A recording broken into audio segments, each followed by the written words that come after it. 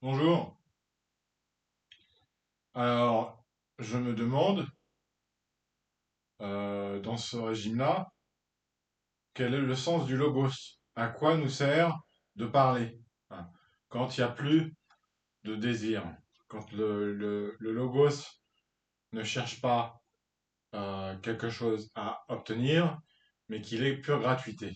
Donc, je me disais que tant qu'on est là, il faut constater que le langage peut servir à nommer les personnes. Nommer les personnes dans un être ensemble qui serait d'une nature. Maintenant, la nature, elle est simple, c'est juste de la chair, quoi. C'est de la chair, voilà, et de l'âme. De l'âme dans la chair. C'est de l'âme dans la chair, voilà. Donc, nommer les personnes, ça veut dire déjà voir que le débat, pour l'instant, c'est 2027, les présidentielles. Qui va devenir premier homme, première figure de la France. Hein. Faut être intelligent, quoi, tu vois. Vous avez l'Athéna de l'Agora. Vous avez l'Athéna de l'Agora, donc en distanciel, puisque le bilan est effectué à part, dans un effet d'émission, voilà. Mais on peut constater que on est le centre du monde. On est le centre du monde. On va pas avoir venir des Bush et des Clinton, tu vois, nous dire oh, vous jouez faux jeu là, vous arrêtez ça. Non, on est les piliers de la vérité, tu vois. Hein. Donc quoi, il y a Monsieur Jean-Luc Mélenchon qui est un personnage charismatique, quoi, on le voit, voilà. Il y a Marine Le Pen, il y a le président de la République, Emmanuel Macron, avec Sébastien Lecornu en arrière. Euh, il y a les chefs des autres États, mais ce ne sont pas nos figures, et on ne devrait pas les nommer. Il y a Jean-Luc Mélenchon, Marine Le Pen, Emmanuel Macron, euh, et toute une classe politique. Voilà. Il y a les républicains, il y a la gauche, donc il y a plusieurs gauchistes, il y a plusieurs gauchistes, et des droitards, il y en a, voilà. Mais moi, bon, moi, je travaille l'honneur, et je m'écoute moi-même, donc je vais changer de discours, je vais dire ceux qui prônent le rêve et ceux qui prônent le concret, voilà. Ceux qui prônent le rêve et ceux qui prônent le concret, voilà. Hein. Parce que, pourquoi ils prônent le concret? Parce que la nature d'habiter la vie, la nature d'habiter la vie est plus proche de ce qu'ils pensent vouloir faire pour une institution quand même qui est vivante, qui est la France. Hein. Parce que moi je suis là, je subis et en fait j'agis. Donc et ceux qui sont plus proches du rêve, ceux qui sont plus proches du rêve, ça veut dire qu'ils voudraient comme des images comme ça, on regarde sur des livres. Oh là, c'est trop beau, je voudrais que le monde soit comme ça. Et voilà, et après ils ont des logiques derrière ça, et ils essaient de convaincre comme ça, et leur figure médiatique comme ça est toujours un peu possible. Hein. Bon, voilà, c'est un peu, c'est l'Athéna de l'Agora, voilà. Et donc la classe politique, moi, il y a des gens que je vois pas, des gens que j'ai jamais vus, hein, qui sont pas de ma connaissance.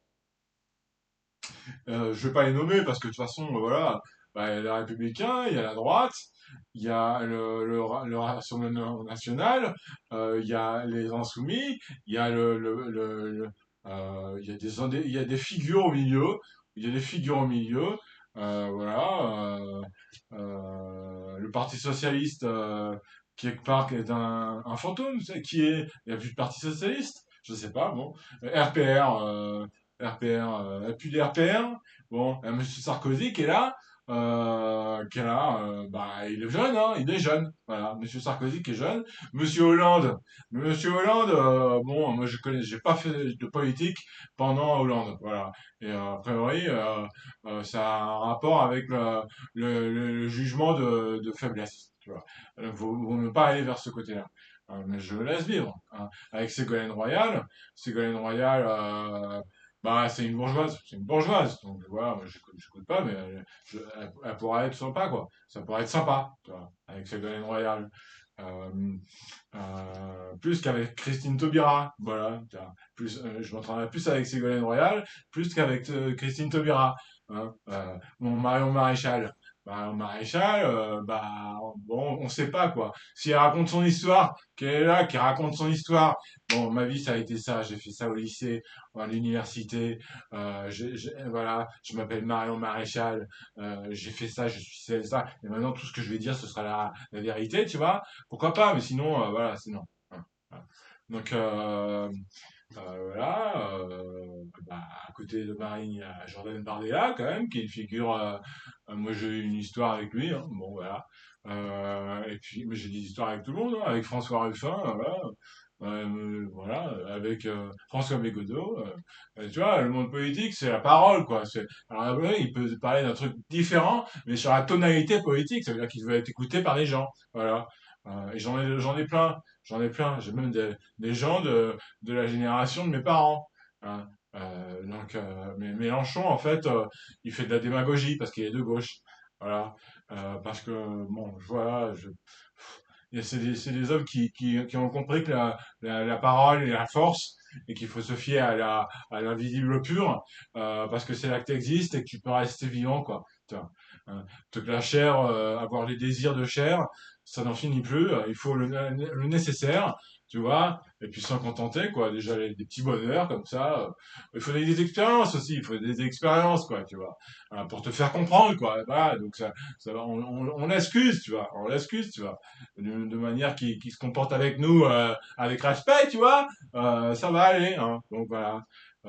Donc plus jeune, plus jeune, ben, des figures comme Louis Boyer, qui est assez jeune.